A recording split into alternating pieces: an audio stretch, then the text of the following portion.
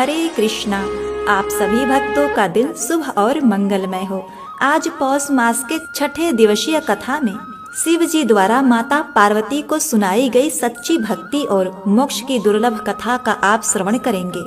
एक बार शिव जी से माता पार्वती ने कहा, हे प्रभु, पाप पुण्य और मोक्ष ये क्या है? यह सुनकर भगवान शिव ने कहा, हे पार्वती, आप इस कथा को सुनिए। किसी आश्रम में एक साधु रहता था। काफी सालों से वह इसी आश्रम में रह रहा था।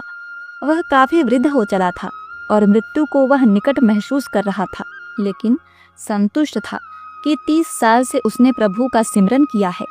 उसके खाते में ढेर सारे पुण्य जमा हैं, इसलिए उसे मोक्ष मिलना तो तय है। एक दिन उसके ख्याल में एक स्त्री आई। स्त्री ने साधु से कहा, अपने एक दिन के पुण्य मुझे दे दो और मेरे एक दिन के पाप तुम वरण कर लो। इतना कहकर स्त्री लोप हो गई। आगे भगवान शिव जी कहते हैं, हे पार्वती, साधु बहुत बेचैन हुआ। इतने वर्ष तो स्त्री ख्याल में न आई, अब जब अंत नजदीक है तो स्त्री ख्याल में आने लगी। फिर उसने ख्याल हटा दिया और प्रभु सुमिरन में बैठ गया। स्त्री फिर से ख्याल में आई। फिर उसने कहा कि एक दिन का पुण्य मुझे दे दो और मेरा एक दिन का पाप तुम वरण कर लो। इस बार साधु ने स्त्री को पहचानने की कोशिश की, लेकिन स्त्री का चेहरा बहुत ही धुंधला था। साधु से पहचाना नहीं गया। साधु अब बहुत ही चिंतित हो उठा कि एक दिन का पुण्य लेकर वह स्त्री क्या करेगी। हो ना हो, ये स्त्री कष्ट में है, लेकिन गुरुजी ने कहा है कि आपके पुण्य ही आपकी असली पूंजी है। यह किसी को कभी मत दे बैठना, और इतनी मुश्किल से पुण्यों की कमाई की है, ये भी दे बैठे तो मोक्ष कैसे मिलेगा। अब वह साधु सोचता है, हो ना हो ये मुझे मोक्ष से हटाने की कोई साजिश कर रही है। साधु ने अपने गुरु के आगे अपनी चिंता जाहिर की। गुरु ने साधु को डांटा कि मेरी शिक्षा का कोई असर नहीं तुझ पर, पुण्य किसी को नहीं देते, यही आपकी असली कमाई है। साधु ने गुरु जी को सत्य वचन कहा और फिर प्रभु सुमिरन में बैठ गया। स्त्री फिर ख्याल में आई, बोली, तुम्हारा गुरु अपूर्ण है, इसे ज्ञान ही नहीं है। तुम तो आसक्ति छोड़ने का दम भरते हो। बीवी बच्चे दीन दुनिया छोड़कर तुम इस अभियान में हो कि तुमने आसक्ति छोड़ दी है। तुमने और तुम्हारे गुरु ने तो आसक्ति की ओर जोर से पकड़ लिया है। किसी जरूरतमंद की मदद तक का चरित्र तुम दोनों में नहीं है। हे पार्वती, साधु बहुत ही परेशान हो गया। वह फिर से गुरु के पास गया, स्त्री की बात बताई। गुरु ने फिर साधु को डांटा, हे दुष्ट, गुरु पर संदेह करवा कर वह तुम्हें पाप में धकेल रही है। जरूर कोई बुरी आत्मा तुम्हारे पीछे पड़ गई है। साधु अब कहाँ जाए। वह वापस लौट आया, फिर से प्रभु सुमिरन में बैठ गया। स्त्री फिर ख्याल में आई। उसने कहा, इतने साल तक अध्यात्म में रहकर तुम गुलाम ही बन गए हो। गुरु से आगे जाते इतने साल के अध्ययन में तुम्हारा स्वतंत्र मत तक नहीं बन पाया। गुरु के सीमित ज्ञान में उलझकर रह गए हो। मैं अब फिर कह रही हूँ, मुझे एक दिन का पुण्य दे दो, मेरा एक दिन का पाप वरण कर लो। मुझे किसी को मोक्ष दिलवाना है, यही प्रभु इच्छा है। साधु को अपनी अल्प ज्ञान पर बहुत ही ग्लानि हुई। अतः हे पार्वती, वह साधु सोचता है कि संत मत कहता है कि पुण्य किसी को मत दो, और धर्म कहता है कि जरूरतमंद की मदद करो। यहाँ तो वह फंस गया। गुरु भी राह नहीं दे रहा कोई, लेकिन स्त्री मोक्ष किसको दिलवाना चाहती है। साधु को एक युक्ति सूझी। जब कोई राह न दिखे तो प्रभु से तार जोड़ो, प्रभु से राह की याचना करो, प्रभु से ही पूछ लो कि इसका राज क्या है। उसने अपने प्रभु, अपने इष्ट से उपाय पूछा। आकाशवाणी हुई। आकाशवाणी ने उस साधु से पूछा, पहले तो तुम ही बताओ कि तुम कौन से पुण्य पर इतरा रहे हो। साधु बोला, मैंने 30 साल प्रभु सुमिरन किया है। 30 साल से मैं भिक्षा पर हूँ, कुछ संचय नहीं किया, त्याग को ही जीवन माना है, पत्नी बच्चे तक त्याग दिया।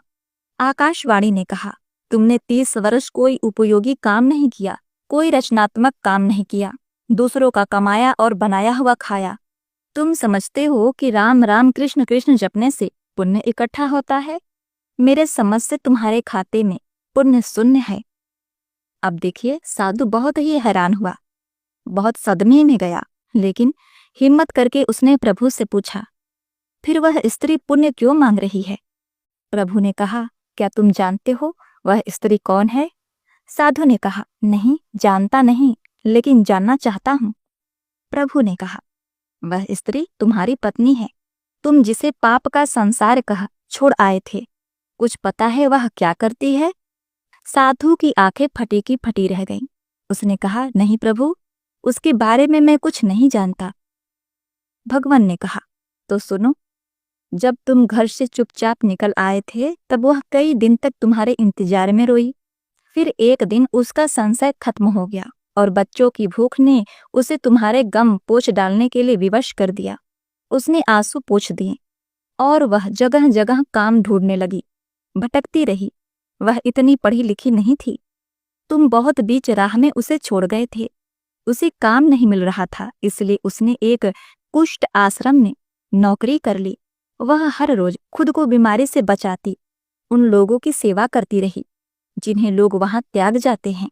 वह खुद को आज भी पापिनी कहती है, इसीलिए कि उसका मर्द उसे छोड़कर चला गया है। भगवान भोलेनाथ कहते हैं, हे पार्वती, उस आकाशवाणी ने कहा, अब वह बेचैन है तुम्हें लेकर। उसे बहुत दिनों से आभास होने लगा है कि उसका पति मरने वाला है। वह यही चाहती है कि उसके पति को मोक्ष मिले, जिसके लिए वह घर से गया है। उसने बारंबार प्रभु को अर्जी लगाई है कि प्रभु, मुझ पापनी की जिंदगी काम आ जाए तो ले लो, उन्हें मोक्ष जरूर देना। मैंने उसे कहा कि अपना एक दिन उसे दे दो। वह कहती है कि मेरे खाते में पुण्य कहाँ? अगर मेरे खाते में पुण्य होता तो मैं एक पल न लगाती, अपने सारे पुण्य उन्हें दे देती। वह सुमिरन नहीं करती। वह भी समझती है कि सुमिरन से पुण्य मिलता है। अरे हे भोले मनुष्य, सिर्फ सुमिरन से ही पुण्य नहीं मिलता। उसने बहुत बड़ा पुण्य किया है। वह तो सोचती है कि उसने आज तक पाप ही किया है। वह पापी है, इसीलिए उसे यह दुख झेलना पड़ रहा है। इसलिए वह कह रही है कि मेरा पाप ले लो और अपना पुण्य दे दो।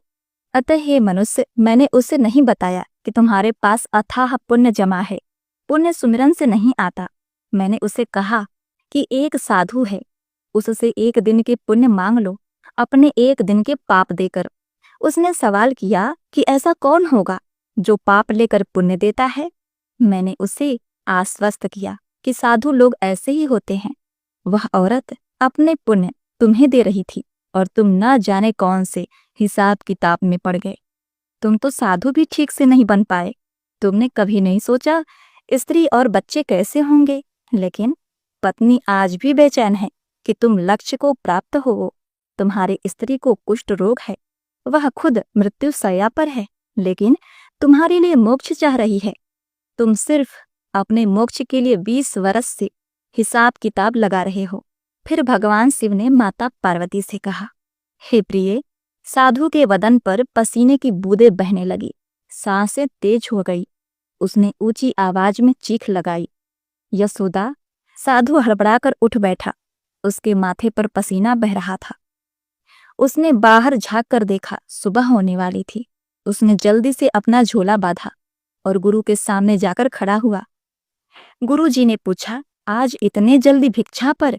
साधु बोला, नहीं गुरुजी, मैं घर जा रहा हूँ। गुरुजी बोले, अब घर क्या करने जा रहे हो? साधु बोला, धर्म सीखने।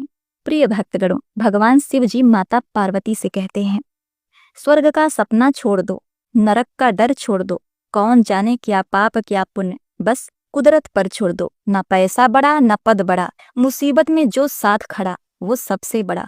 प्रिय भक्तगणों, इस प्रकार भगवान भोलेनाथ ने माता पार्वती के मन में उठ रहे प्रश्नों का उत्तर दिया और उन्होंने अंत में बताया कि केवल प्रभु सिमरन करना ही मोक्ष प्राप्ति का मार्ग नहीं है।